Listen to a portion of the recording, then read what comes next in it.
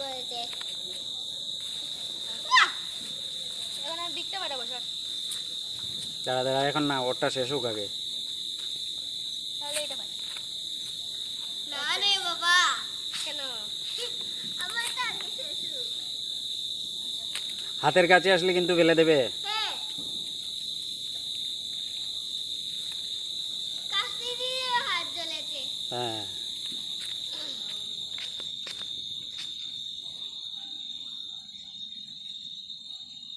ওই পিছন দিকে ফেলবে হাতের কাছে আসলে। দেখতে থাক, ওর দিকে দেখতে থাক, কেন? নাহলে তোর হাতে গিয়ে কামড় দেবে।